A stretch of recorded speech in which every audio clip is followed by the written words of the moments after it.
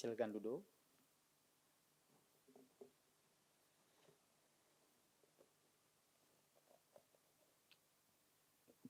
Saya silakan Setiausaha. Bacaan doa. Bismillahirrahmanirrahim. Segala puji bagi Allah. Dibuka mesyuarat sidang belia wilayah Persekutuan dengan menyebut nama Allah yang Maha Pemurah, yang Maha Mengasihi. Kepadanya terpulang segala puji-pujian, kepada Rasul-Rasulnya selawat dan salam kehormatan, kepada sekalian orang yang mentaati dan bertakwa kepada Allah. Ya Allah yang bersifat Maha Hikmah, limpahkan keadilan, yang menanggungkan kewajipan ke atas pemerintah dan ahli sidang belia wilayah Persekutuan bagi mentadbir maslahat masyarakat pergaulan. Mudah-mudahan sentosa aman, maklum limpah kebahagiaan meliputi sekalian penduduk negara Malaysia. Ya Allah, kami sekalian hamba-Mu yang diperkenan menjadi ahli sidang belia wilayah Persekutuan, menyempurnakan kewajipan yang diamanahkan, yang terutama bagi wilayah Persekutuan, bagi rakyatnya sekalian. Ya Allah, berkat-Mu ke atas kami berhimpun, di pohon anugerahkan kami taufik dan hidayah-Mu, di pohon menyuluh memandukan pada ketika kami berunding, menimbang bertukar fikiran pada segala perkara yang dibentangkan, dengan saksama dan beramanah menjunjung perintah dan kebesaran-Mu, ya Allah. Mudah-mudahan dan berlebih-lebihan keamanan, kemakmuran dan kesejahteraan bagi negara Malaysia serta penduduknya sekalian. Ya Allah, dipohonkan doa kami diperkenan. Amin ya rabbal alamin, ya Tuhan seluruh sekalian alam. Salam sejahtera dan salam Malaysia Madani. Ahli-ahli yang berhormat, mesyuarat kedua sidang belia Persekutuan Penggal 2025 telah hampir sampai ke penghujungnya. Tahniah saya ucapkan kepada semua ahli-ahli yang berhormat atas perbahasan yang sangat baik sepanjang 3 hari ini. Dengan sukacitanya saya ingin memaklumkan atas persetujuan Yang Berhormat Menteri, pencerahan dibenarkan dan saya mohon ahli-ahli yang berhormat menjaga adab, tertib dan menyusun pencerahan itu dengan baik supaya Menteri boleh menjawab dengan baik. Pada pagi ini juga kita berbesar hati kerana Yang Berhormat Dr. Zaliha Mustafa, Menteri di Jabatan Perdana Menteri bagi wilayah Persekutuan bersama delegasinya kerana dapat bersama-sama kita dalam kepadatan jadual beliau. Terima kasih Yang Berhormat Menteri. Sukacita saya mempersilakan Yang Berhormat Menteri untuk menggulung ke semua perbahasan dan seterusnya merasmikan mesyuarat kedua sidang belia wilayah Persekutuan Penggal 2025. Silakan 1 jam Yang Berhormat Menteri. Terima kasih Yang Berhormat Speaker.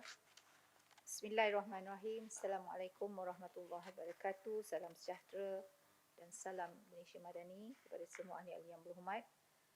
Terlebih dahulu saya memanjatkan rasa syukur kepada Allah SWT atas limpah kurnianya yang mengizinkan kita berkumpul dalam mesyuarat kedua Penggal 2025 sidang belia wilayah Persekutuan.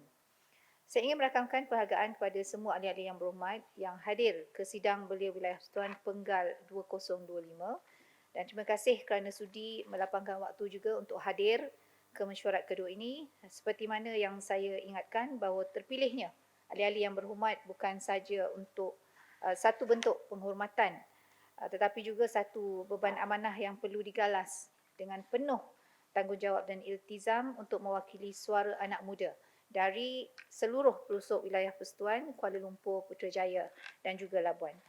Apa yang membuatkan saya merasa gembira ialah kerana saya dimaklumkan bahawa sepanjang perbahasan selama 2 hari ini, ahli-ahli yang berhormat telah menunjukkan penghayatan yang tinggi terhadap semangat wilayah persekutuan kita. Tahniah. Tema ini telah diangkat sebagai tema sambutan Hari Wilayah Persekutuan 2025 dan diumumkan sendiri oleh saya pada Januari lalu sebagai Menteri yang dipertanggungjawabkan menjaga Kuala Lumpur, Putrajaya dan juga Labuan.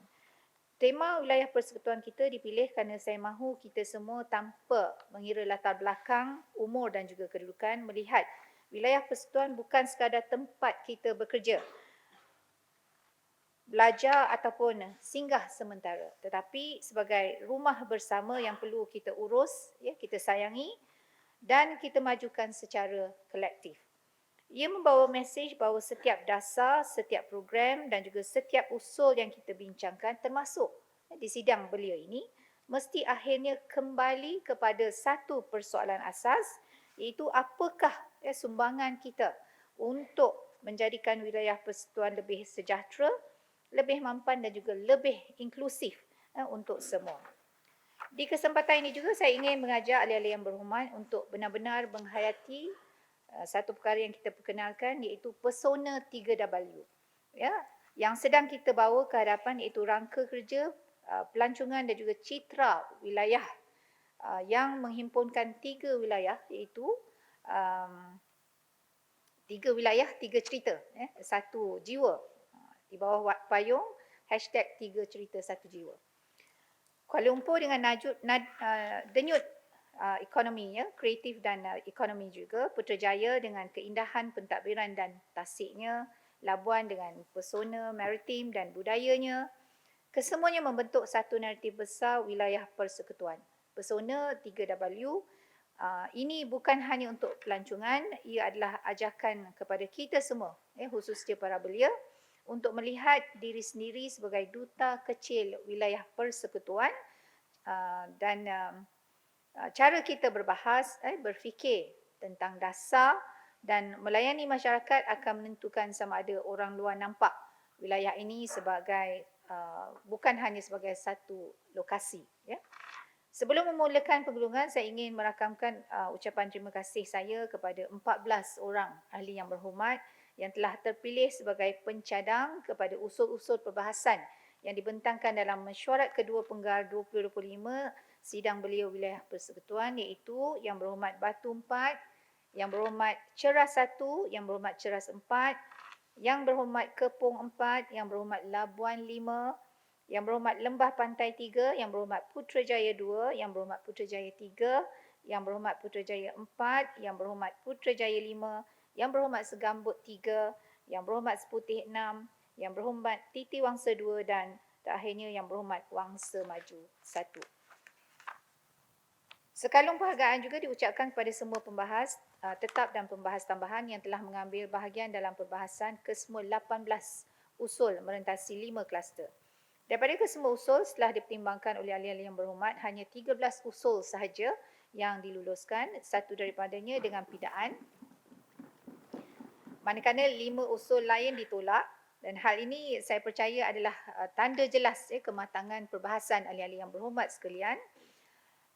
Kita lihat bagaimana beberapa usul yang pada zahirnya kelihatan popular seperti cadangan subsidi IVF secara menyeluruh kepada pasangan muda B40, penggunaan teknologi AI secara meluas di kawasan rehat dan rawat, serta cadangan menaikkan had umur belia kepada 35 tahun yang akhirnya tidak diluluskan. Daripada sudut keutamaan fiskal, kesediaan infrastruktur, implikasi sosial serta keperluan mengekalkan konsistensi dasar nasional, usul-usul yang ditolak ini memang tidak sesuai untuk dilaksanakan pada masa sekarang ini. Ini menunjukkan bahawa ahli-ahli sidang bukan sekadar gairah mengemukakan tuntutan, tetapi mampu menimbang dengan rasional antara idealisme dan juga realiti pelaksanaan dasar. Jadi syabas saya ucapkan sekali lagi. Sehubungan itu, saya akan memberikan jawapan secara turutan mengikut kluster berdasarkan isu demi isu mengikut usul yang telah diluluskan sahaja. Jadi yang berhormat speaker, perkara pertama yang akan saya sentuh ialah kluster ekonomi. Iaitu sokongan kepada belanjawan 2026 daripada perspektif belia wilayah persekutuan. Di bawah kluster ekonomi, ahli-ahli yang berhormat telah menyatakan sokongan bersyarat kepada belanjawan 2026, khususnya langkah yang menyentuh tentang pendidikan, pekerjaan dan juga keusahawanan anak muda bandar. Mewakili pihak kerajaan, saya menghargai sokongan ini dan mengambil maklum bahawa bagi belia wilayah persekutuan, isu kos sara hidup tidak boleh dipisahkan daripada akses kepada peluang mobiliti sosial seperti beasiswa, TVET, latihan kemahiran, program keusahawanan dan akses kepada prasarana ataupun pasaran kerja yang lebih adil. Mandat yang ahli sidang cuba sampaikan adalah jelas, iaitu Belanjawan 2026 bukan saja dokumen angka tetapi perlu dilihat sebagai pelan mobiliti sosial belia wilayah persekutuan. Jadi dalam hal ini Jabatan Wilayah Persekutuan ataupun JWP akan terus menajamkan fokus pelaksanaan dasar di peringkat wilayah persekutuan. Memandangkan Belanjawan 2026 merupakan dasar nasional, maka pelan tindakan khusus peringkat wilayah persekutuan perlu dirangka supaya manfaatnya benar-benar dirasai oleh belia di Kuala Lumpur ini dan juga Putrajaya dan Labuan. JWP komited untuk bekerjasama dengan agensi, pihak berkuasa tempatan dan juga kepimpinan belia sendiri bagi memastikan segala ikhtiar di bawah Belanjawan 2026 diterjemahkan kepada peluang yang nyata dalam kehidupan seharian. Beasiswa yang penuh bagi anak wilayah persekutuan dan pengukuhan peranan YWP, MAWIP dan juga rakan korporat. Jadi bagi usul kedua ini, yang diluluskan di bawah kluster ekonomi juga adalah untuk memperkasakan beasiswa anak wilayah persekutuan. Termasuk cadangan menjadikan bantuan sedia ada sebagai beasiswa penuh dengan allowance sara hidup. Sidang ini juga mencadangkan pelbagai instrumen pembiayaan kreatif seperti tabung wakaf ilmu, sumbangan korporat tanggungjawab sosial CSR serta levy pendidikan daripada projek pembangunan berskala besar di Kuala Lumpur. Tiada anak wilayah persekutuan yang patut tercicir daripada pendidikan tinggi. Ekosistem pendidikan wilayah persekutuan perlu dibina secara yang lebih inklusif, merangkumi semua kaum dan juga agama. Walau bagaimanapun, penajaan pengajian tinggi oleh Kerajaan Persekutuan melalui JPA ataupun Jabatan Perkhidmatan Awam pada masa ini telah dilaksanakan dalam bentuk pinjaman boleh ubah berasaskan merit dan keperluan negara dan bukan lagi beasiswa. Bidang pengajian yang ditaja pula berpandukan unjuran keperluan guna tenaga negara, kualiti program yang diiktiraf badan profesional serta rekod kebolehpasaran graduannya. Justru supaya lebih mampan, saya setuju sekiranya diteliti semua mekanisme skim sedia ada, penajaan YWP, MAWIP dan rakan korporat supaya lebih selari dengan aspirasi kerajaan persekutuan. Jadi ini kita tak boleh buat sendirian lah. Kerajaan akan terus menyalurkan penajaan kepada pelajar cemerlang dengan mengambil kira prinsip keadilan sosial termasuk kecemerlangan akademik, latar belakang sosio-ekonomi keluarga dan juga kepelbagaian kaum serta agama. Usul ketiga, berkenaan dengan sistem bersepadu lesen tapak niaga mesra belia bandar yang ini diluluskan di bawah kluster ekonomi juga adalah keperluan dasar yang mewujudkan sistem bersepadu untuk lesen tapak niaga belia. Supaya urusan golongan ini dengan DBKL, Perbadanan Putrajaya dan juga Perbadanan Labuan dan mana-mana agensi lain menjadi lebih mudah, telus dan juga mesra digital. Isu yang terkait menyentuh kebimbangan tentang kos, pertindihan, sistem dan juga perundangan. Atas dasar itu adalah disetujukan bahawa pendekatan terbaik ialah menaik taraf sistem sedia ada supaya lebih mesra belia dan bukan semestinya membina sistem baru daripada kosong lah. Jadi kita dah ada sistem itu, maka kita tambah baik lagi. Kebetulan JWP sedang juga meneliti untuk membangunkan sebuah super apps wilayah persekutuan, iaitu satu aplikasi digital bersepadu yang merangkumi pelbagai perkhidmatan bandar termasuklah aduan awam, pembayaran cukai pintu, permohonan permit, semakan caj parkir, maklumat acara komuniti, serta juga integrasi lokasi tumpuan seperti klinik, masjid, perpustakaan dan juga ruang niaga termasuklah pengangkutan awam. Tidak seperti platform konvensional, super apps ini akan arus perdanakan ekosistem keusahawanan belia dan modul permohonan lesen tapak niaga, bayaran fee, semakan status, penjadualan tapak serta pemetaan peluang perniagaan akan diintegrasikan terus ke dalam super apps wilayah persekutuan secara berperingkat. Hasad akhir aplikasi ini adalah agar seseorang peniaga belia di Kuala Lumpur, Putrajaya ataupun Labuan hanya perlu menggunakan satu pintu digital untuk memohon, mengurus dan juga memperbaharui lesen tapak niaga mereka tanpa birokrasi yang rumit. Pendigitalan bukan sekadar memudahkan urusan kerajaan tetapi juga mesti benar-benar memudahkan hidup khususnya anak muda yang mahu mencari rezeki secara sah dan juga teratur di wilayah persekutuan ini. Yang berhormat speaker, kluster kedua ialah kluster sosial yang berkaitan solidariti kepada rakyat Palestin. Jadi di bawah kluster sosial, ahli-ahli yang berhormat sedang belia dengan tegas menyuarakan solidariti penuh kepada rakyat Palestin. Jadi saya mengucapkan ribuan terima kasih kepada perkara ini. Anda juga mengecam sebarang bentuk kekejaman, pembersihan etnik dan juga pelanggaran hak asasi. Usul ini turut menggesa kerajaan untuk menggerakkan usaha di pentas Pertubuhan Bangsa-Bangsa Bersatu ataupun PBB, Pertubuhan Negara-Negara Islam OIC dan Mahkamah Antarabangsa selain mengoptimumkan jaringan keuangan dan juga perdagangan yang selari dengan pendirian Malaysia serta memperkukuhkan naratif melalui diplomasi media dan juga pendidikan.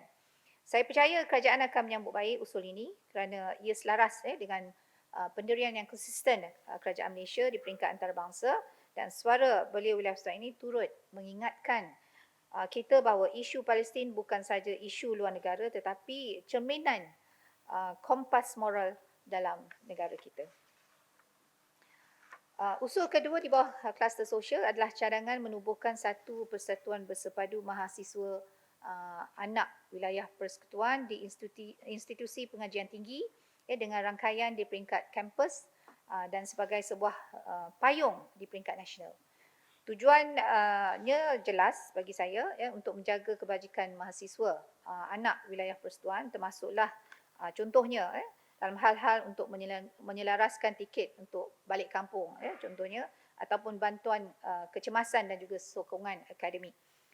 Gabungan mahasiswa yang agak aktif di kampus yang sedia ada pada hari ini adalah gabungan contohnya mahasiswa anak Johor, anak Kelantan, anak Sabah, anak Sarawak dan ini akan menjadi penanda aras kepada wilayah persekutuan. Dan saya faham anak-anak wilayah persekutuan sebaiknya sering terpaksa menumpang persatuan negeri lain untuk mendapatkan sokongan asas. Jadi justru fokus kita sekarang adalah untuk memastikan anak-anak Kuala Lumpur, Putrajaya dan juga Labuan membina kilang kepimpinan belia bandar yang mampu kembali berkhidmat di wilayah persekutuan apabila telah tamat pengajian dengan jayanya.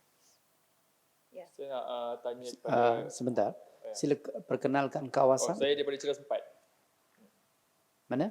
Ceras 4. Ceras 4. Okey, silakan. Saya nak tanya kepada Yang Berhormat Menteri, macam kita tahu, persatuan-persatuan mahasiswa anak negeri ini selalunya dinaungi oleh kerajaan negeri. Jadi saya nak tanya, jika kita ingin membina satu persatuan mahasiswa anak negeri untuk wilayah persekutuan ini, saya nak tanya possibility untuk persatuan itu dinaungi secara terus daripada Jabatan Wilayah Persekutuan.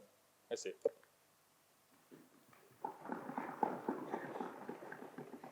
Saya bersama ketua-ketua agensi ada di sini. Jadi insyaAllah Yang Berhormat Ceras 4, terima kasih atas soalan tersebut. Kita kena faham bahawa wilayah persekutuan ini kita bukan sebuah negeri. Kita direct kepada federal ataupun wilayah kerajaan persekutuan, tetapi kita ada fungsi yang dipanggil state-like function. Maka sekarang ini kalau kita tengok sejarah, wilayah persekutuan ini dia berubah-ubah. Kadang-kadang dia kementerian, kadang-kadang jabatan, kementerian balik, jabatan balik. Tapi pada kali ini dia jabatan. Tetapi apapun kita sekarang ni dinaungi untuk agensi-agensi di bawah itu ialah Jabatan Wilayah Persekutuan yang kita dipertanggungjawabkan di bawah JPM, Jabatan Perdana Menteri. Jadi saya kira perkara ini kita boleh bincang lagi, kita boleh bincang lagi dan sudah tentunya Jabatan Wilayah Persekutuan ini ataupun JWP kita ada peruntukan yang tersendiri. Maka kita boleh juga untuk memikirkan menggunakan peruntukan yang sedia ada dan diberikan kepada kita untuk kita salurkan kepada, kalau kita bersetuju nantilah untuk perancangan kita untuk membina satu perkara baru ini yang dinamakan kepada dengan mahasiswa anak wilayah persekutuan ini dengan tidak mengambil ia sebagai sebuah negeri, tetapi fungsi dia sebagai negeri itu tadi. Jadi saya kira itu boleh dibincang secara lebih tuntas lah, Yang Berhormat Ceras 4. Terima kasih. Saya sebenarnya telah pun memberikan green light lah, lampu hijau kepada JWP untuk meneroka cadangan penubuhan gabungan mahasiswa wilayah persekutuan ini, sebab saya telah mendengar juga daripada ramai anak-anak muda di wilayah persekutuan ini beberapa bulan yang lalu. Jadi alhamdulillah, syukur inisiatif ini akan kita mulakan dengan jelajah dan juga dialog bersama mahasiswa wilayah persekutuan di kampus-kampus, sama ada IPTA ataupun IPTS, utama melalui tahun hadapan, insya-Allah. Ya. Jadi sehubungan dengan itu, JWP akan meneliti model yang terbaik. Yang Bapak Menteri, Lembah Pantai 3. Sikit tentang mahasiswa tadi. Sebut kawasan. Lembah Pantai 3 yang Bapak Speaker. Lembah Pantai 3. Terima kasih. Terima kasih Yang Bapak Menteri, tentang penubuhan Persatuan Mahasiswa Anak Wilayah dan juga tentang bantuan beasiswa itu juga. Yang Bapak Menteri, saya ada 2 pantun untuk Yang Bapak Menteri. Sikit saja.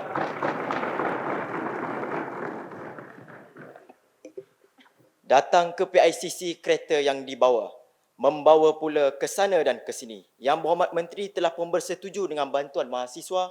Ini adalah bukti komitmen kerajaan Madani. Lagi satu Yang Berhormat Menteri. Dari Sekijang ke wilayah persekutuan, masalah wilayah diselesaikan terus. Apa cerita ini tuan-tuan dan puan-puan yang katanya bersatu tu pun nak bungkus. Yang Berhormat Menteri, Yang Berhormat Speaker, saya tarik balik pantun saya sebentar tadi. Speaker Peraturan Mesyuarat. Speaker Peraturan 17.1 Speaker. 17.1 17.1. Seseorang ahli hendaklah menghadkan percakapannya kepada perkara yang dibincangkan sahaja dan tidak boleh mengeluarkan apa-apa perkara yang tidak berkaitan dengan perkara. Tadi Speaker, Yang Berhormat Speaker, pantun yang 17.1. dulu itu tidak ada kena-mengena langsung dengan apa yang Yang Berhormat Speaker, dia mengganggu. Yang Berhormat Speaker, jangan mengganggu. Yang Berhormat, Tarik balik. kita sedang Awal-awal berperjuangan. saya minta dia dengar. Ceras 4 tolak perpaduan ni. Dia tolak perpaduan ni. Jangan Dia mengganggu. tak dengar, saya dah cakap tarik Baik. balik. Dia dah tarik balik. Ahli-ahli hormat. Jangan. Isu ini Yang Berhormat Speaker. Jangan peraturan tolak mesyuarat. perpaduan. Ya. Pantun tu kita suka. Baik. Buat ruling dulu. Baik, saya nak buat ruling ni. Okey, semalam kita dah buat petua. Pantun tu dibenarkan. Ya, pantun dibenarkan. Saya sebentar. Saya Sebentar. takkan duduk selagi tak tarik balik. Saya takkan duduk. Minta duduk. Sebenarnya kita dah sebut pantun dibenarkan. Ya, ahli yang hormat juga boleh balas dengan pantun yang hebat. Ya, saya mencadangkan. Baik, saya minta Yang Berhormat Menteri teruskan. Terima kasih. Saya Yang Berhormat Speaker tak berapa pandai berpantun, ya. Tapi bolehlah juga jawab pantun 2 kerat kot, ya. Dengar Yang Berhormat Lembah Pantai 3. Dari rumah pergi ke pasar. Yang Berhormat semua bawa-bawalah bersabar. Jadi insya-Allah seperti mana saya kata tadi, kita akan bincang secara teliti dan tuntas, ya. Jadi kita tak mau janjikan langit dan bintang dan langit dan bintang. Tetapi kita buat yang terbaik mungkin, insya-Allah. Saya teruskan Yang Berhormat Speaker. Silakan. Jadi sehubungan dengan perkara yang disebutkan tadi, JWP akan meneliti model yang terbaik, sama ada melalui Yayasan Wilayah Persekutuan, yang satu agensi yang ataupun dia bukan agensi lah, tapi satu struktur di bawah Jabatan Wilayah Persekutuan kita ada. Mawib, atau kerjasama rapat dengan KPT, ataupun Kementerian Pendidikan Tinggi dan juga Pentadbiran IPT, supaya Persatuan Bersepadu Mahasiswa Anak Wilayah Persekutuan ini diiktiraf secara rasmi di kampus-kampus utama, malah dilengkapkan dengan struktur tadbir urus, pengkalan data ahli serta akses kepada skim bantuan dan latihan kepimpinan yang tersusun. Jadi maksudnya kerjanya masa-masanya mungkin kita perlukan sedikit masa lah sebelum kita benar-benar ada struktur yang lebih orang kata terjamin lah, insya-Allah. Usul yang ketiga, Yang Berhormat Speaker, adalah usul yang juga masih dalam kluster sosial, iaitu cadangan untuk memperkukuhkan pelaksanaan pendidikan kesihatan reproduktif dan sosial, PIRS, ya. Ahli-ahli yang berhormat menekankan pendidikan yang realistik berasaskan fakta dan bersandarkan kepada nilai agama juga budaya. Bukannya pendekatan bersifat larangan semata-mata tanpa panduan yang praktikal. Sidang turut mencadangkan supaya modul PIERS ini tadi diperkasa dengan elemen yang merangkumi aspek keselamatan fizikal dan juga digital, pencegahan jenayah dan eksploitasi seksual, kehamilan remaja serta kefahaman tentang persetujuan ataupun consent dan pembinaan hubungan yang sihat. Kandungan kurikulum dan sukatan pelajaran adalah di bawah bidang kuasa Kementerian Pendidikan Malaysia yang berhormat. Namun demikian saya setuju supaya agensi di wilayah persekutuan menyokong pelaksanaan PIERS melalui program sokongan di peringkat komuniti, sekolah-sekolah di wilayah persekutuan dan juga inisiatif kesedaran yang selari dengan nilai madani. Hasrat ini ialah supaya segala prinsip yang digariskan dalam modul PIERS bukan sahaja kekal di atas kertas, tetapi benar-benar difahami oleh remaja di Kuala Lumpur, Putrajaya dan juga di Labuan. Apatah lagi, baru-baru ini saya fikir yang berhormat semua juga ada baca cerita ini ataupun berita ini, di mana kita dikejutkan dengan berita kewujudan spa dan sauna yang dipercayai menjadi tempat pertemuan individu yang berkelakuan songsang. Jadi sudah tentu perkembangan seperti ini mengingatkan kita bahawa remaja dan anak muda wilayah persekutuan terdedah kepada pelbagai bentuk risiko daripada aspek keselamatan diri, kesihatan reproduktif, jangkitan penyakit berjangkit serta gangguan emosi dan juga mental. Justru melalui pengukuhan PIERS ini kita mahu anda semua dibekalkan dengan ilmu yang betul, kemahiran membuat keputusan yang sihat, tidak hanya mengikut trend, serta keupayaan mendapatkan bantuan daripada saluran yang sah dan juga beretika sebelum terjebak dalam situasi yang memudaratkan diri sendiri dan juga keluarga dan orang lain. Baik, saya seterusnya berpindah kepada yang berhormat kepada kluster yang ketiga, iaitu berkaitan dengan teknologi. Wan Semaju 3. Ya. Okey. Sebelum Yang Berhormat Menteri lanjutkan untuk usul seterusnya, usul yang seterusnya lah untuk dipergulungkan. Okey, saya nak tanya, dalam kita bincangkan berkaitan dengan pendidikan seks tadi, saya ingin tanya berkaitan dengan isu yang Berhormat Menteri sebutkan tadi, berkaitan dengan isu yang berlaku dekat Coket, berkaitan isu tu, saya nak tanya, actually kita ada nampak berkaitan dengan kebarangkalian ada kelompongan ataupun kekurangan terhadap pelaksanaan ataupun kawalan terhadap SPA dan juga kegiatan ni.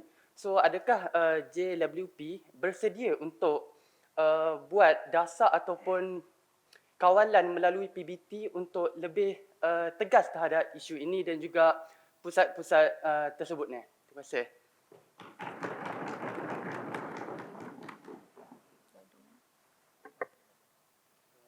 Yang berhormat Wangsa Maju Wangsa 3. Okey. Okey, terima kasih Yang Berhormat Wangsa Maju 3. Kebetulan Yang Berhormat tadi saya juga menjawab soalan yang sama di Dewan Rakyat. Jadi ingin saya tegaskan di sini Yang Berhormat Wangsa Maju 3. Kita di pihak PBT khususnya di Kuala Lumpur sudah tentunya kita ada beberapa pendekatan. Apabila orang memohon lesen contohnya, katalah nak buka lesen spa ataupun lesen rumah urut, kita benarkan mengikut perkara-perkara yang telah kita beri kelulusan lah, maknanya dia kena ikut syarat-syarat. Okay. Baik. So katalah dalam permohonan lesen itu syarat yang dikenakan ialah sekian.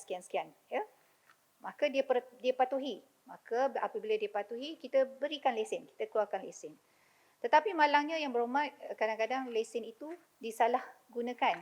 Bermaksud dia kata aktiviti itu adalah aktiviti spa contohnya. Tetapi tiba-tiba ada aktiviti-aktiviti songsang yang seperti mana yang kita baca lah dan kita tahu. Jadi perkara ini biasanya kita di pihak PBT kita ada penguatkuasaan. Penguatkuasaan itu kita laksanakan dengan secara yang berkala. Maksudnya beberapa bulan sekali kita akan buat tengok balik lesen-lesen yang telah kita keluarkan. Yang keduanya, kita buat penguatkuasaan jika ada aduan. Aduan itu boleh jadi daripada orang ramai, boleh jadi daripada individu, boleh jadi daripada mana-manalah. Maka apabila sampai kepada kita, kita akan buat pemantauan dan penguatkuasaan. Jadi apa yang berlaku baru-baru ini begitulah penguatkuasaan dilakukan bila ada aduan. Kemudian apabila kita membuat penguatkuasaan ini, biasanya dalam hal-hal yang begini, kita ada satu badan yang kita wujudkan di Kuala Lumpur, contohnya yang kita namakan KL Strike Force. So KL Strike Force ini kita tidak bekerja sendirian, Yang Berhormat.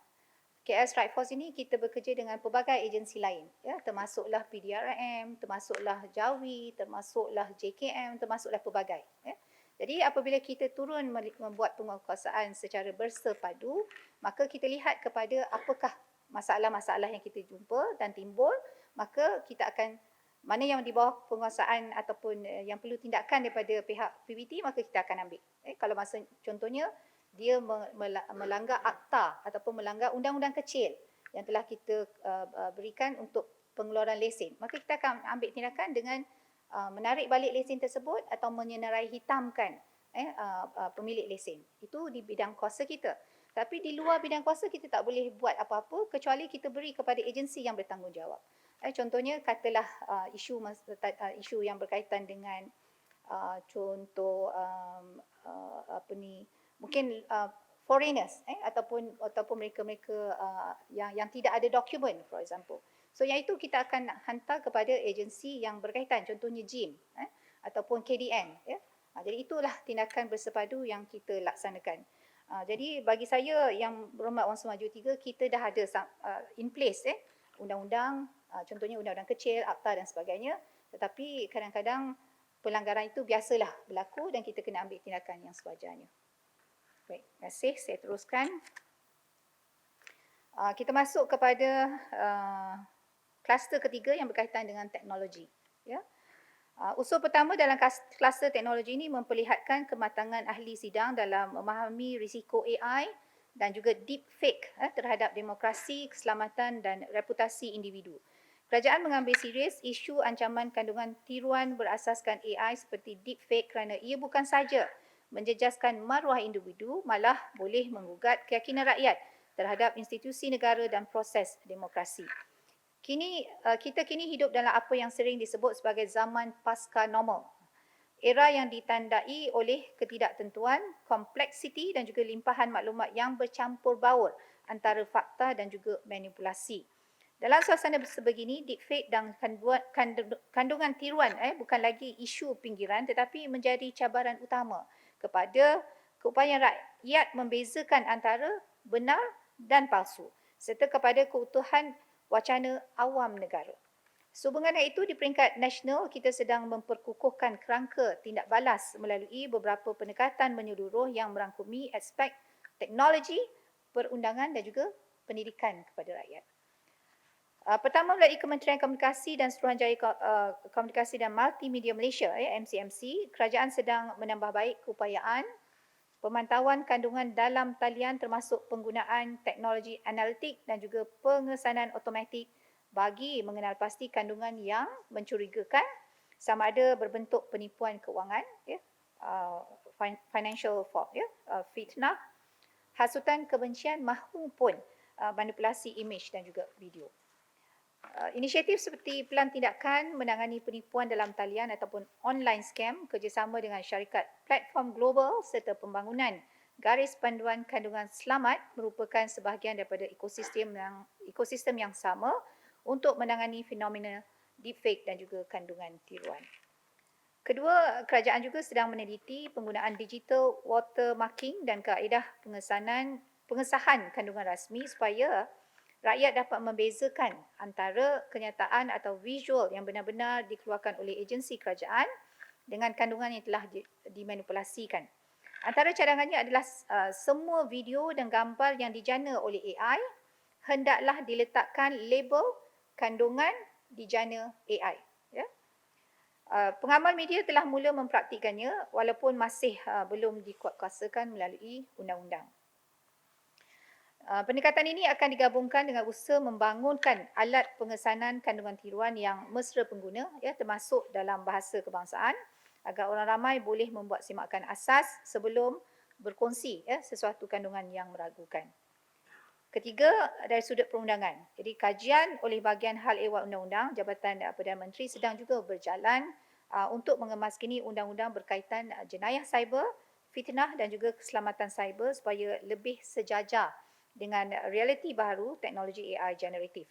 Ini termasuk melalui melihat semula takrif, ya, dan juga skop kesalahan yang melibatkan manipulasi identiti, penipuan menggunakan wajah dan juga suara tiruan serta bentuk-bentuk eksploitasi digital yang semakin kompleks. Jadi rang undang-undang ini dijangka akan dibentangkan di Dewan Rakyat pada Februari tahun hadapan 2026. Perkara keempat iaitu berkaitan dengan pemerkasaan My Digital ID akan membantu mencegah skam, ya, dengan mengukuhkan pengesahan identiti pengguna dan juga urusan berisiko tinggi seperti pendaftaran atau pertukaran kad SIM, boleh diikat kepada identiti yang disahkan. Sekaligus menyukarkan penjenayah menyamar sebagai pemilik sebenar.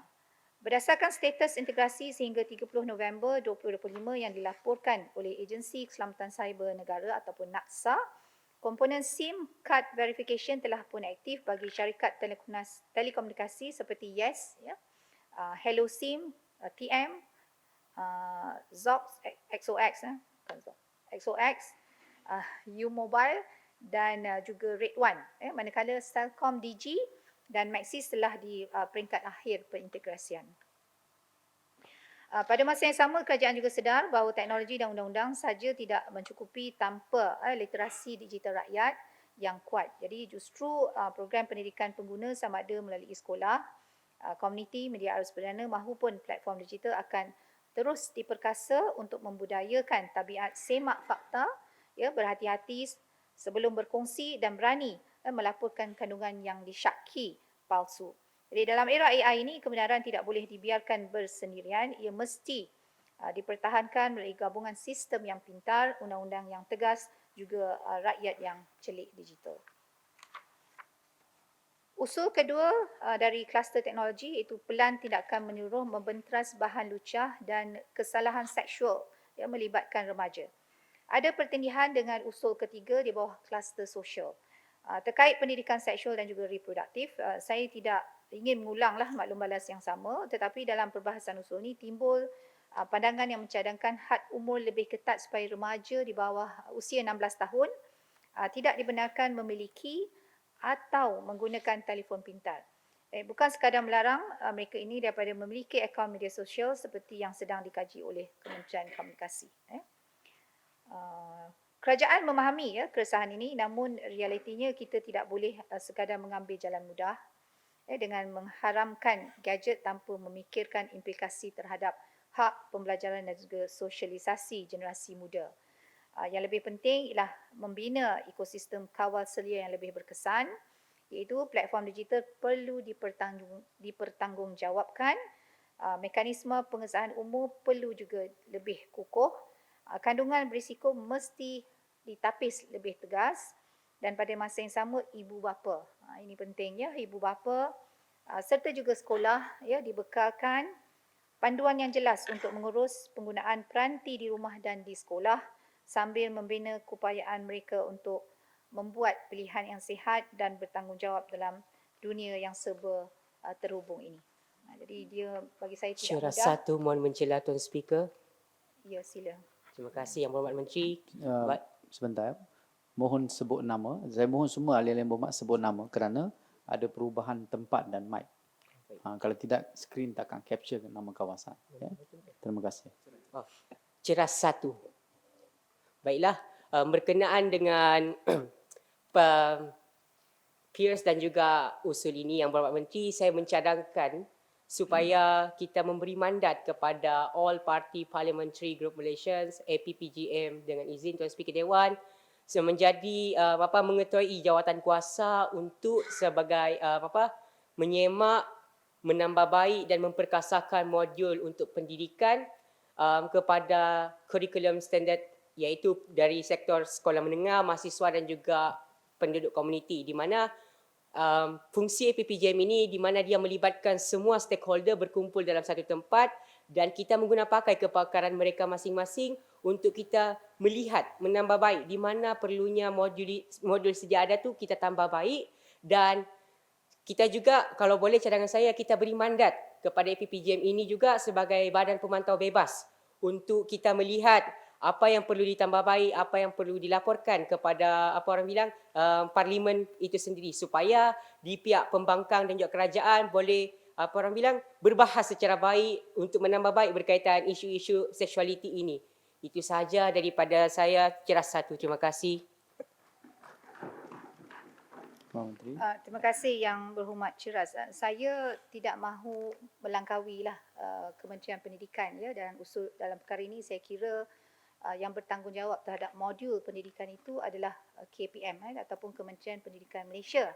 Tetapi saya bersetuju untuk engagement, ya, maksudnya libat urus dengan all the stakeholders, khususnya anak-anak muda yang lebih faham atau lebih orang kata menjiwai isu-isu yang berkaitan dengan mereka, termasuklah isu-isu yang berkaitan dengan isu seksual ini. Dan saya memang bersetuju untuk kita melihat kembali tentang modul ini dan memberi pendedahan awal, bukan untuk perkara yang negatif, tetapi pendedahan awal itu adalah lebih kepada untuk anak-anak memahami dan apakah perkara-perkara yang harus mereka lakukan jika berdepan dengan masalah-masalah tersebut. Jadi saya bersetuju, mungkin saya boleh mengambil perkara ini atas cadangan Yang Berhormat Ciras 1 untuk saya bawa ke Menteri Pendidikan nanti, insyaAllah. Terima kasih. Yang Berhormat Speaker, saya teruskan. Usul yang kluster keempat yang saya ingin sentuh ialah tentang perundangan dan juga dasar. Ya. Yang Berhormat Speaker, usul pertama untuk kluster perundangan dan dasar yang meluluskan usul ini, meluluskan usul untuk memperkenalkan pendidikan seksual komprehensif ataupun CSC, ya. Juga bertindih dengan usul sebelum ini, maka saya rasa saya tidak perlu mengulangi maklum balas terperinci, tetapi apabila satu tema yang sama muncul merantasi 3 kluster berbeza, iaitu sosial, teknologi dan juga perundangan dan dasar ini, itu sudah cukuplah bagi saya untuk menggambarkan graviti dan keutamaan isu ini di mata belia wilayah Persekutuan. Jadi saya sebenarnya bangga dah dengan belia kita yang membawa usul ini. Saya akan mengambil inisiatif untuk menyusuli peranan pihak berkuasa agama, ya, supaya mesej yang sampai kepada remaja dan adalah konsisten, sama ada di sekolah ataupun di media, media awam atau media sosial, maupun di tempat-tempat komuniti seperti masjid dan sebagainya. Jadi ini termasuklah juga mungkin kita boleh libatkan NGO yang ada mungkin latar belakang keagamaan, ya. Untuk belia yang bukan Islam, kita ambil NGO-NGO yang lainnya, ya. Dan ini adalah kerana bagi saya agama ataupun kebanyakan agama memberi keutamaan kepada pembentukan sosial yang baik. Jadi pada asasnya mengajar kita untuk memelihara maruah diri, menghormati batas pergaulan dan juga menjauhi kemudaratan. Ini justru pendekatan CSC yang dirangka dengan teliti seharusnya menjadi pelengkap, ya, kepada peranan agama dalam membimbing anak-anak muda kita dalam membuat keputusan yang saya sebut tadi, lebih sihat, lebih bertanggungjawab dan juga berakhlak dalam menentukan kehidupan kehadapan masing-masing. Kemudian usul kedua tentang kluster perundangan dan dasar ini mengusulkan kepada penubuhan penjara syariah, khusus yang dikatakan seimbang di antara kos, keberkesanan dan juga prinsip-prinsip maqasid syariah. Daripada usul-usul yang berunsurkan seksual, alih-alih Yang Berhormat beralih kepada usul yang lebih Islamik pula. Jadi saya faham bahawa di sebalik cadangan ini, kebimbangan utama alih-alih Yang Berhormat ialah keperluan menyediakan suasana pemulihan yang lebih tersusun, terfokus ataupun berfokus kepada bimbingan agama dan juga akhlak, serta selari dengan semangat maqasid syariah dalam memelihara agama, memelihara nyawa dan juga maruah pesalah. Tapi saya perlu tegaskan bahawa elemen pemulihan ini yang berteraskan agama dan kerohanian sebenarnya telah pun wujud ya dalam ekosistem sedia ada. Sama ada di tempat-tempat seperti penjara pun ada sebenarnya ya. Pusat correctional sekolah-sekolah juvana seperti di sekolah Henry Gurney telah pun ada diwujudkan ekosistem dan modul ya. Di institusi-institusi ini terdapat juga perkara-perkara seperti aktiviti pengajian Al-Quran ya, fardu ain, modul pemilihan akhlak yang berasaskan agama, jadual salat secara berjemaah ya, yang lebih teratur, kaunseling rohani yang juga dilaksanakan oleh pegawai agama dengan sokongan agensi-agensi seperti JAKIM, JAWI dan juga NGO keagamaan. Jadi dari sudut prinsip pendekatan ini sudah pun bergerak ke arah yang dihasratkan oleh sidang, iaitu pemulihan yang bukan hanya menghukum tetapi membimbing dan juga membina jati diri pesalah tersebut. Sehubungan dengan itu, kerajaan berpandangan bahawa cadangan penjara syariah mungkin tidak praktikal ya dari sudut perundangan dan kos dan juga kesediaan institusi, tetapi ini tidak menghalang daripada penambahbaikan berterusan melalui libat urus dengan Jabatan Penjara Malaysia, pihak berkuasa agama dan juga kerajaan negeri yang berkaitan. Kluster kelima yang saya ingin jawab di sini ialah berkaitan dengan alam sekitar dan kelestarian. Usul pertama yang berhormat, dalam kluster alam sekitar mengangkat sampah bukanlah sebagai beban semata-mata, tetapi sebagai peluang untuk menjimatkan perbelanjaan awam dan menjana nilai ekonomi. Untuk menjimatkan perbelanjaan awam dan menjana nilai ekonomi ini, hujah ini tepat dan benar kerana di Kuala Lumpur, Dewan Bandaraya Kuala Lumpur sendiri telah melancarkan Pelan Hala Tuju Kuala Lumpur ke arah sifar sisa 2040 ya, pada 15 Mei 2025 sebagai kompas jangka panjang pengurusan sisa di ibu kota. Jadi pelan ini dilaksanakan secara berfasa dengan beberapa sasaran antara iaitu interim, termasuk pengukuhan sistem pengasingan sisa di punca menjelang 2026. Peningkatan ketara kadar kita semula dan pengurangan penghantaran sisa ke tapak pelebusan menjelang 2030 serta peralihan beransur kepada model sifar sisa yang matang menjelang 2040. Jadi kita ada beberapa tahun lagi ke hadapan. Jadi setiap fasa dipantau melalui indikator prestasi yang jelas bagi menilai jumlah sisa yang berjaya dikurangkan, penjimatan kos pengurusan sisa serta tahap penglibatan komuniti dan juga sektor swasta. Yang berhormat semua ya, kalau yang berhormat ingin tahu sebenarnya purata sisa pepejal yang dikutip di Kuala Lumpur setiap hari adalah sekitar 2,000 tan metrik. Satu angka yang tinggi. Sebenarnya kalau kita bandingkan, jumlah ini boleh memenuhi Stadium Bukit Jalil dalam tempoh kurang daripada 150 hari. Maksudnya separuh tahun ya. Bukit Bintang 2 ingin mencelah. Saya ada beberapa persoalan mengenai pengurusan sisa pepejal di Kuala Lumpur. Pada 2021 kita mempunyai satu projek mega yang melibatkan kumpulan band terkenal Coldplay, di mana mereka telah mendanakan satu projek pengurusan sisa sampah yang dipanggil Ocean Garbage Interceptor. Persoalan saya di sini, adakah projek ini masih diteruskan lagi ataupun telah dihentikan? Terima kasih. Terima kasih kepada yang berhormat Bukit Bintang 2 ya. Saya tidak ada jawapannya pada masa ini, tapi boleh saya jawab secara bertulis yang berhormat. Baik, saya akan jawab secara bertulis yang berhormat speaker. Baik, saya teruskan. Jadi saya dah sebut tadi 2,000 tan metrik sisa pepejal dikutip setiap hari ya, dan kos pengurusan sisa pepejal ini memang tinggi ya. Kos pengurusan sisa dan pemeriksaan awam pula mencecah kira-kira 260 juta ringgit setahun ya. Sangat tinggi. Dengan sasaran pengurangan ke tapak pelebusan menghampiri 60%, potensi penjimatan kasar pada tahap matang diunjukkan 62 juta hingga 100 juta ringgit setahun secara indikatif. Jadi kita insya-Allah kita akan perbaiki dari masa ke semasa.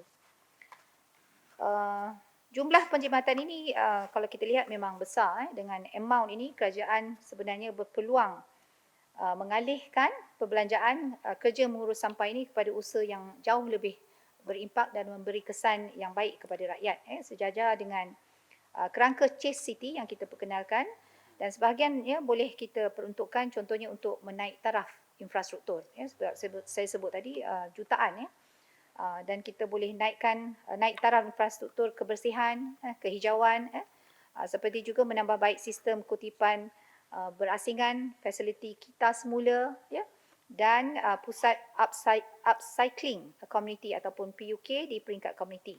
Jadi sebahagian lagi boleh disalurkan kepada peningkatan kualiti hidup penduduk, antaranya dengan memperbaiki taman awam dan juga laluan berjalan kaki, menambah baik pencahayaan dan juga keselamatan di kawasan perumahan, serta menyokong program komuniti seperti kebun bandar dan juga pendidikan alam sekitar di sekolah.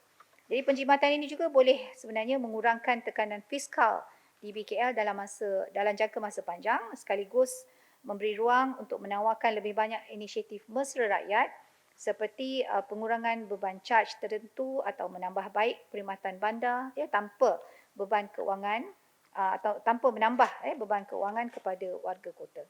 Jadi dalam konteks ini, usul untuk mengurangkan sisa plastik melalui pusat upcycling community atau PUK tadi di setiap kawasan menjadi sangat signifikan.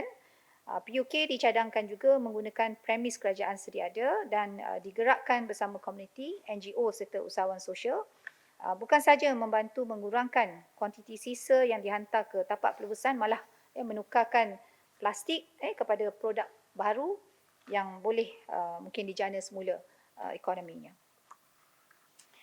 Di sinilah terjemahan ringgit dan sen yang disebut oleh ahli-ahli yang berhormat semua apabila setiap kilogram plastik berjaya dikutip dan diupayakan semula berpotensi mengurangkan kos pelupusan sambil membuka juga peluang pekerjaan hijau kepada belia B40 dan OKU melalui koperasi komuniti, perusahaan sosial dan juga inisiatif keusahawanan hijau.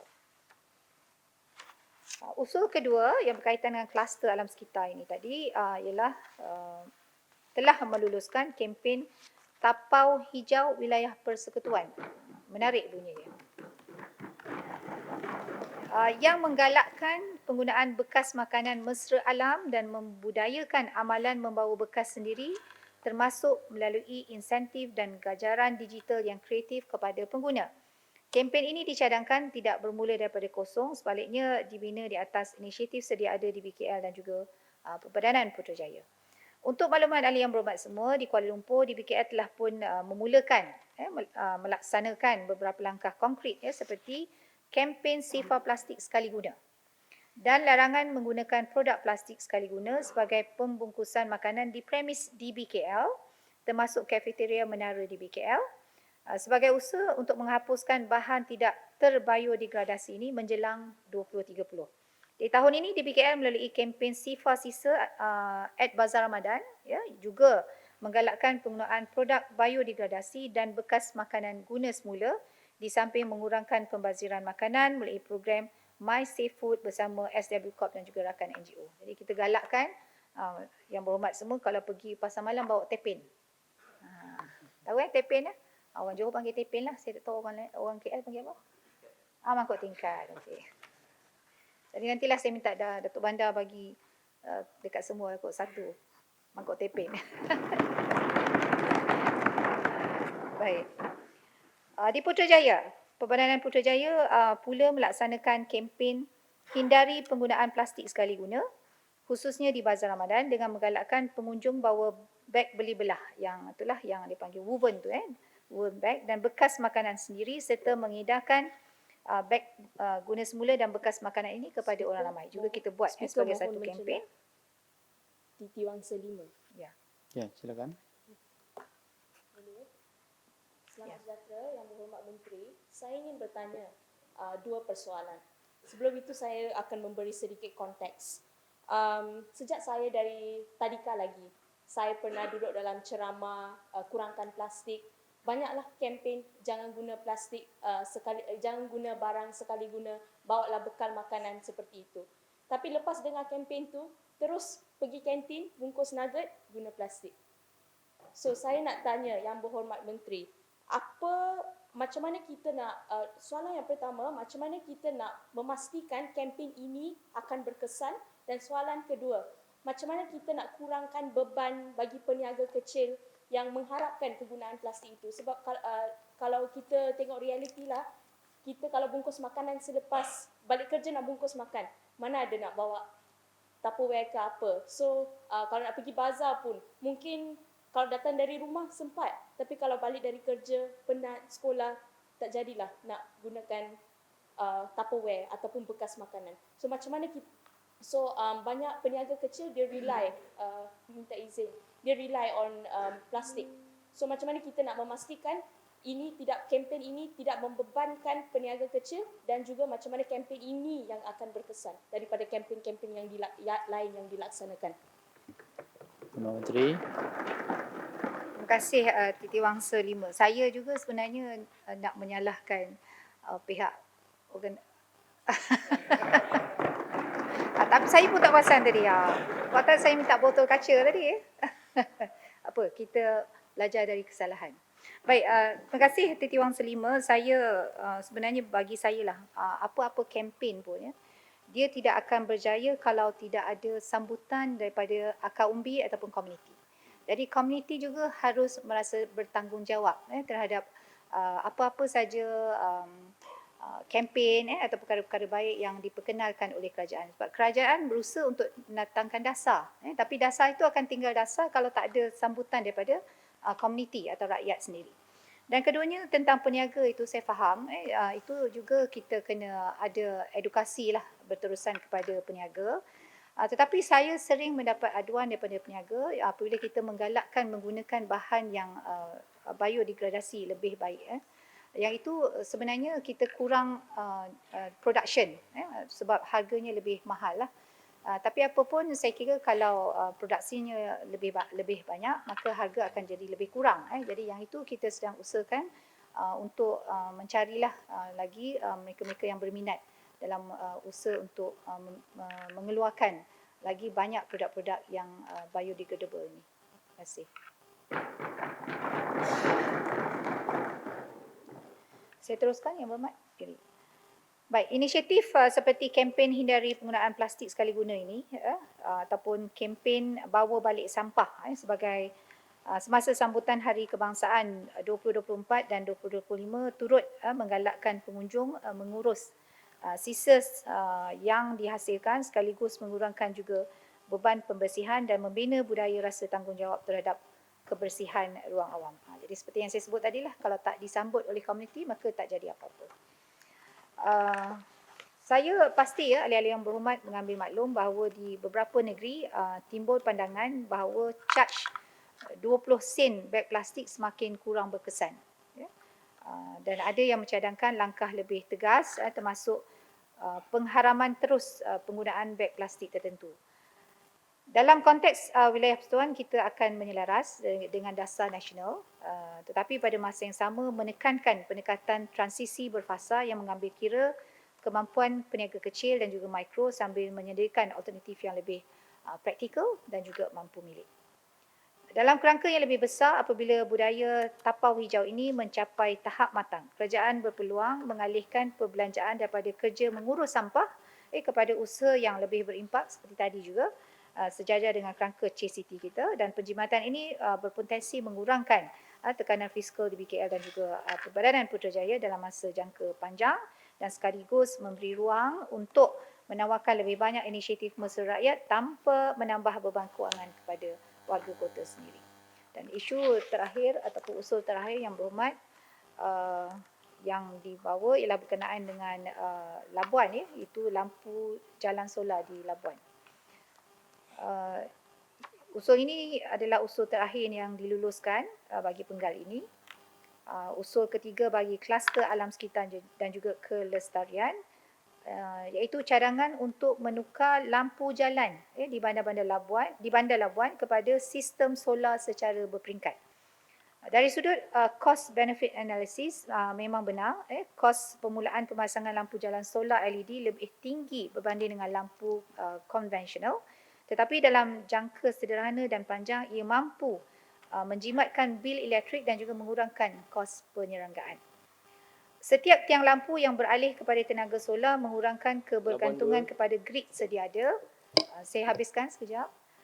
Sekaligus membantu menangani isu gangguan bekalan di Labuan dan membebaskan sebahagian perbelanjaan operasi kerajaan untuk again tujuan lain yang lebih berimpak kepada rakyat. Silakan. Terima kasih Yang Berhormat Menteri. Saya ada persoalan. Saya agak muskil lah. Seperti yang kita tahu, solar ni dia menggunakan satu bateri lithium dan dalam beberapa tahun, bateri lithium ni akan bertukar menjadi sisa toksik. Jadi saya nak tanya kepada Yang Berhormat Menteri, bila jangka hayat bateri ni habis, siapa yang akan menguruskan sisa toksik ini dan bagaimana nak menguruskan kos yang agak tinggi lah untuk menguruskan sisa toksik ni sendiri. Itu saja. Terima kasih. Yang Berhormat. Labuan 2. Okey, Labuan 2. Terima kasih Yang Berhormat Labuan 2. Saya kira yang ini memang menjadi persoalan juga daripada pihak kerajaan dan syarikat-syarikat yang menguruskan sisa apa dipanggil sisa elektronik ini memang sangat sedikit dan dia memerlukan kepada lesen khas maka yang ini sebab ini juga telah dibincangkan terutamanya apabila kita menggalakkan penggunaan EV kenderaan EV. Jadi yang ini sedang dilihat oleh kerajaan dan saya kira terkait dengan apa yang Labuan 1 sebut tadi, insya-Allah kita akan kerajaan lah sedang dalam usaha untuk melihat secara lebih meluas bagaimana apabila kita menggalakkan penggunaan seperti kenderaan EV dan sebagainya, kita juga perlu melihat kepada seluruh ekosistem di mana pula kita nak menghapuskan sisa elektronik ini dan saya kira ini juga masalah yang sedang dihadapi oleh bukan saja negara kita bahkan di peringkat global lah. Terima kasih. Baik, saya teruskan. Jadi Labuan sebenarnya tidak terasing dengan teknologi solar ini. Pelaksanaan projek tenaga boleh baharu di Sabah dan Labuan menunjukkan bahawa kapasiti tenaga solar yang disambungkan atau dirancang untuk grid Sabah Labuan mencecah sekitar 15 megawatt melalui 2 projek ladang solar dan ini bermaksud asas teknikal infrastruktur dan juga pengalaman mengurus tenaga suria sudah pun wujud. Dan menaik taraf lampu jalan kepada sistem solar hanyalah satu lagi langkah logik untuk kita mengukuhkan kedudukan Labuan sebagai bandar pulau rendah karbon. Dalam masa yang sama, Petra juga dan rakan-rakan industri sedang meneroka serta melaksana projek tenaga baru di Sabah dan Labuan bagi memperkukuh infrastruktur penghantaran dan juga pembahagian elektrik termasuk potensi projek tenaga baru ataupun tenaga boleh baru yang lain seperti turbin angin yang menyokong kestabilan grid di rantau ini. Tambahan pula dengan kedudukan yang amat berhormat Timbalan Perdana Menteri merangkap Menteri Perolehan Tenaga dan Transformasi Air iaitu Petra yang telah menyatakan bahawa Labuan akan menjadi anak angkat kepada kementerian kami iaitu Kementerian Petra serta syukurlah kita dapat bapa angkat yang statusnya tinggi Timbalan Perdana Menteri. Serta komitmen untuk membawa jana kuasa baru ke pulau ini. Kerajaan melihat cadangan lampu jalan solar bukan sekadar projek pencahayaan tetapi juga sebahagian daripada pelan besar menjadikan Labuan sebagai living lab peralihan tenaga yang kemudiannya boleh diteladani oleh kawasan-kawasan lain di wilayah persekutuan ini. Jadi Yang Berhormat Speaker, saya sudah tiba di penghujung penggulungan. Saya ingin mengucapkan sekali lagi Batu terima 4 kasih. Yang Berhormat Menteri. Dari mana? Batu 4. Oh, Batu 4. Terima kasih Yang Menteri, terima kasih Yang Berhormat Speaker. Saya yang membawa usul berkaitan dengan peniaga, berkaitan dengan isu lesen di bawah kluster ekonomi dan saya bangga dengan cadangan yang akan dilaksanakan itu super apps bersepadu Jabatan Wilayah Persekutuan. Cuma di sini saya ingin mencadangkan agar dalam super apps yang ingin dilaksanakan itu tidak termaktub atau tidak hanya di bawah fungsi-fungsinya, tidak hanya di bawah bidang kuasa di bawah Jabatan Wilayah Persekutuan atau di BKL. Malah di dalam apps itu, seperti yang dicadangkan oleh saya, perlu ada integrasi daripada agensi-agensi lain seperti SSM, FOSIM, KKM dan Dewan Bahasa Pustaka untuk memudahkan kelancaran proses lesen. Dan saya percaya Datuk Bandar yang bahagia Datuk Fadlun akan bersetuju dengan saya, serta sesi libat urus perlu diadakan bersama ahli-ahli sidang belia untuk membawa usul ini agar ia memudahkan rakyat di luar sana, kecuali Putrajaya 4 yang membantah usul ini, Yang Berhormat Menteri. Terima kasih. Yang Menteri. Terima kasih kepada Batu 4. Saya bersetuju dan saya akan pastikan Datuk Bandar juga bersetuju. Dengan cadangan tersebut, memang kita ada usaha dan saya kira super apps itu tidak akan jadi super apps kalau dia tidak berintegrasi dengan yang lain. Cumanya kita kena lihat jugalah tentang kapasiti daripada agensi tersebut dan kalau perlu ditambah baik daripada agensi tersebut, maka dia kena buat sesuatu lah. Sebab kolaborasi itu penting. Kalau kita tak nak nanti dia tidak selari lah dengan apa yang kita ada atau yang kita hendak bangunkan. Terima kasih. Baik. Yang Berhormat Menteri, Titiwang Kedua boleh mencela ke? Satu soalan je. Saya ringkaskan. Boleh. Okey, silakan. 30 saat. Yang Berhormat Menteri, terima kasih Yang Berhormat Speaker.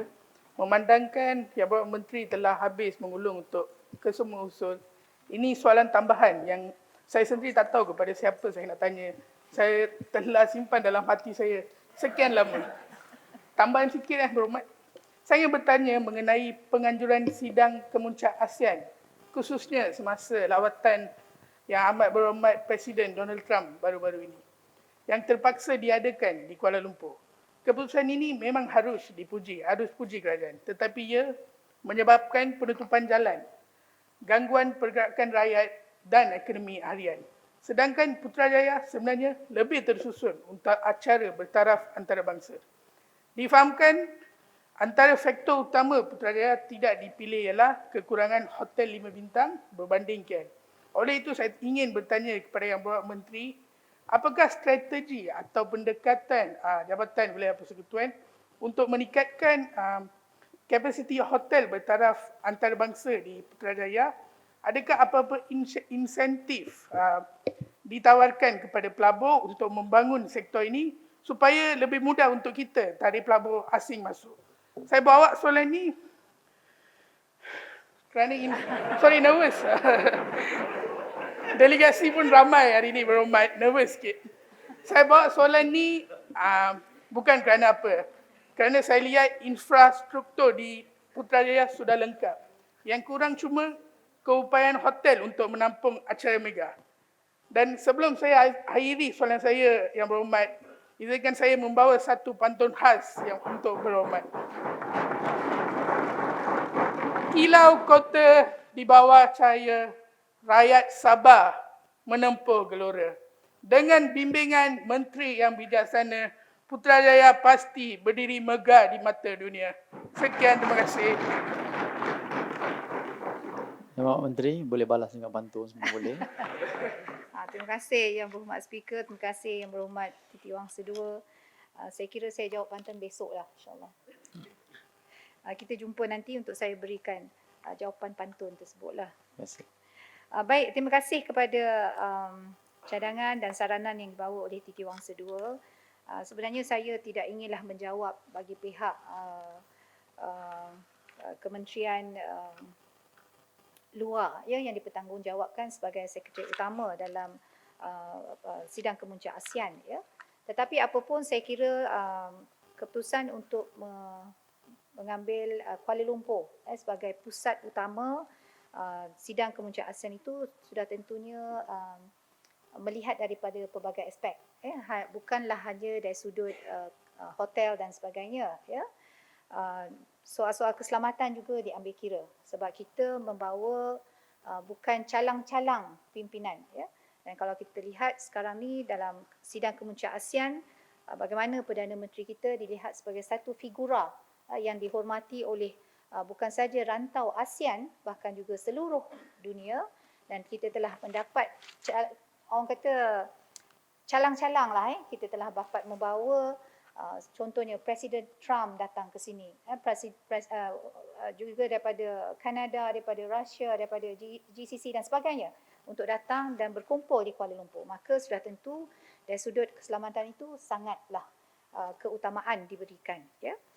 Saya kira di Putrajaya ini satu aspek yang perlu kita tahu ialah Putrajaya ini dibangunkan sebagai bandar administrasi yang meletakkan semua kementerian-kementerian sedia ada dan kementerian-kementerian yang mungkinlah baru diwujudkan di sini.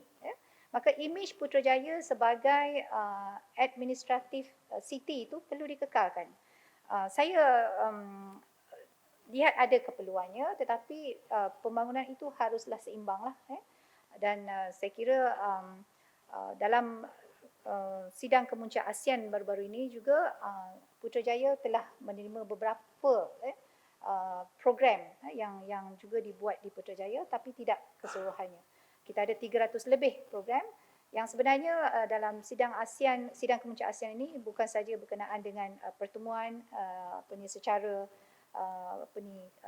pimpinan-pimpinan utama dunia, tetapi juga kita ada hasrat untuk memperkenalkan Malaysia kepada negara luar. Maka program-program yang dilaksanakan itu bukan hanya bertumpu di Kuala Lumpur.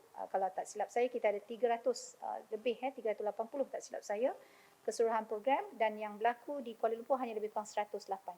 Yang selainnya kita bahagikan ke negeri-negeri lain supaya negeri-negeri lain juga mendapat manfaat daripada hadirnya ataupun kepengurusian ASEAN yang dipengerusikan oleh negara kita. Jadi itu tujuan kenapa sidang kemuncak ASEAN itu dilakukan di Kuala Lumpur khususnya, dan juga melibatkan juga city-city ataupun bandar-bandar utama lain di seluruh negara.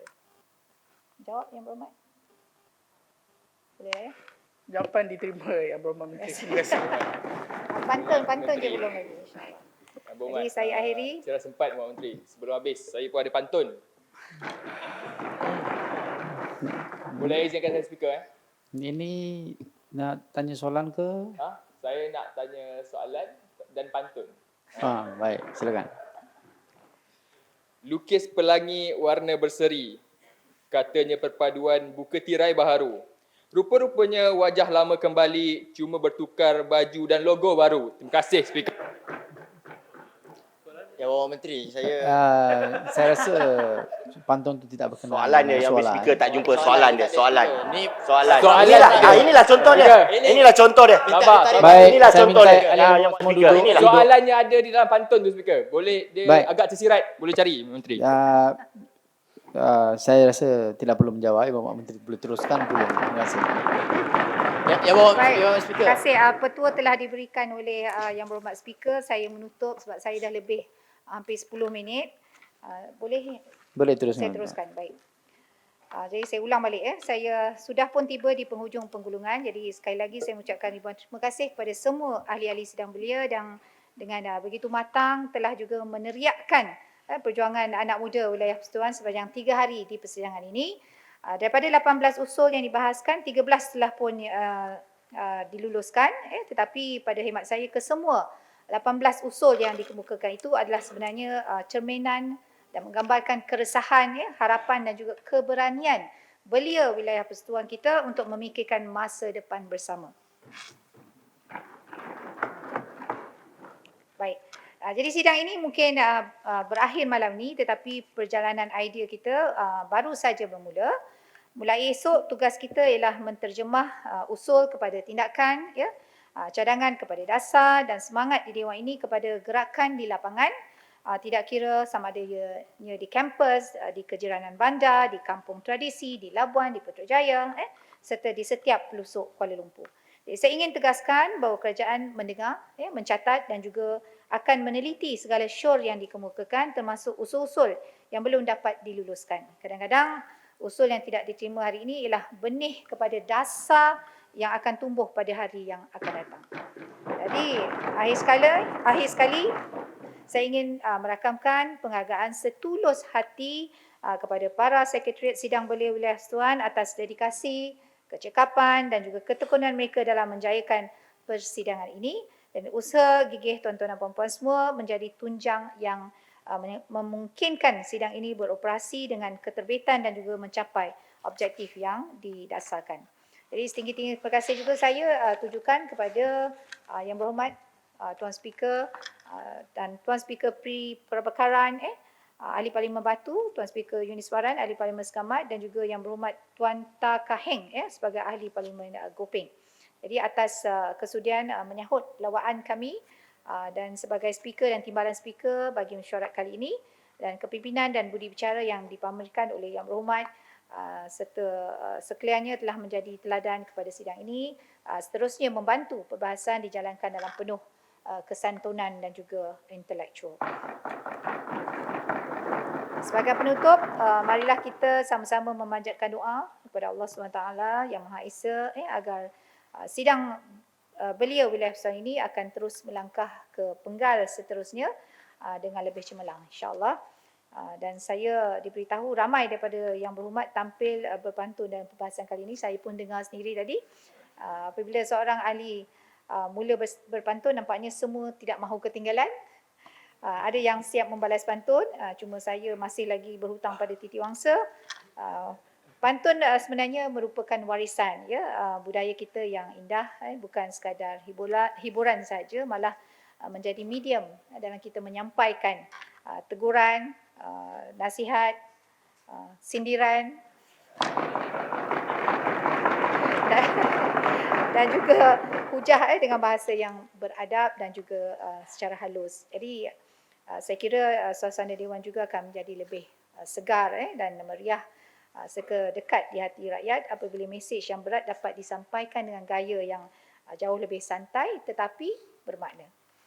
Selalunya di Parlimen sudah seakan tradisi, saya juga kadang-kadang menutup ucapan pengulungan dengan serangkap dua pantun. Jadi sebelum sidang ini melabuhkan tirainya, saya nak juga baca pantun dengan Yang Berhormat semua, iaitu pantunnya berbunyi sedemikian. Dari Labuan, obor menyala, ke Putrajaya membawa acara. Di Kuala Lumpur makin bercahaya, dalam PICC kita bersua. Sidang belia melakar bicara, idea bernas lahir bersama. Hubungan tercipta, kekal selamanya, di wilayah persekutuan milik kita semua. Dengan lafaz Bismillahirrahmanirrahim, saya dengan ini merasmikan penutupan mesyuarat kedua sidang belia wilayah persekutuan 2025. Saya sudahi ucapan saya untuk mesyuarat kedua sidang belia wilayah persekutuan Penggal 2025 ini dengan kalimah wabillahi taufiq wa hidayah. Assalamualaikum warahmatullahi wabarakatuh. Terima kasih. Terima kasih Yang Berhormat Menteri. Ahli-ahli yang berhormat, sekarang saya kemukakan masalah kepada sidang untuk diputuskan. Masalahnya ialah bahawa kesemua usul seperti yang dikemukakan oleh ahli-ahli yang berhormat dalam mesyuarat kedua sidang belia wilayah Persekutuan Penggal 2025 yang telah disetujukan hendaklah dijadikan memorandum persidangan. Ahli-ahli yang berhormat yang bersetuju, kata bersetuju. Yang tidak, kata tidak. Lebih suara bersetuju. Usul disetujukan. Terima kasih semua ahli-ahli yang berhormat. Ahli-ahli yang berhormat, kita telah sampai ke penghujung persidangan ini. Saya secara peribadinya ingin mengucapkan terima kasih kepada Yang Berhormat Menteri kerana beliau berjiwa muda. Kerana berbanding di negeri-negeri lain, di wilayah persekutuan inilah sidang belia bersidang 2 kali dalam setahun dan lebih daripada 2 hari. Ini menunjukkan kita memberi ruang kepada anak-anak muda meneliti dan juga menelusuri sistem demokrasi lebih baik, memberi anak-anak muda ruang untuk berhujah as a leader, sebagai pemimpin masa depan. Oleh itu, saya juga, kalau anak muda sudah berpantun, menteri sudah berpantun. Kalau speaker tidak berpantun, tidaklah selesai majlis hari ini. Burung merbah terbang berlagu, singgah sebentar di dahan jati. Belia bersatu, bangsa maju, kukuh harmoni kekal berjati. Saya berharap peranan ahli-ahli yang berhormat tidak hanya berhenti setakat ini sahaja. Kepada ahli-ahli yang berhormat yang datang daripada Labuan, have a safe flight. Dan juga kepada ahli-ahli yang berhormat yang lain, selamat kembali ke kawasan menjadi advocator, promote dasar-dasar yang baik kepada masyarakat umum dan anak-anak muda di luar sana. Ahli-ahli yang berhormat, mesyuarat pada hari ini, kali ini akan ditangguhkan sehingga satu tarikh yang akan ditentukan oleh pihak sekretariat. Sekian, terima kasih.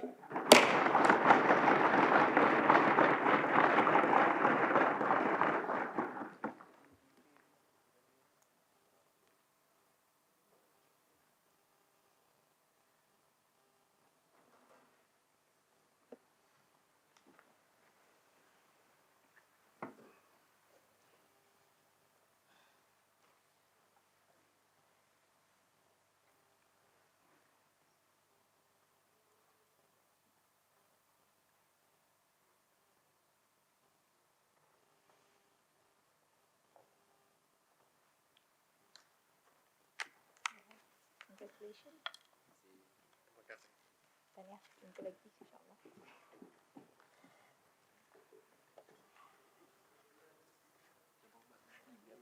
Boleh. I think kita boleh ambil yang mana.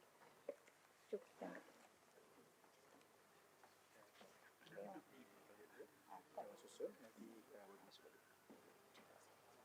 Tengok selfie.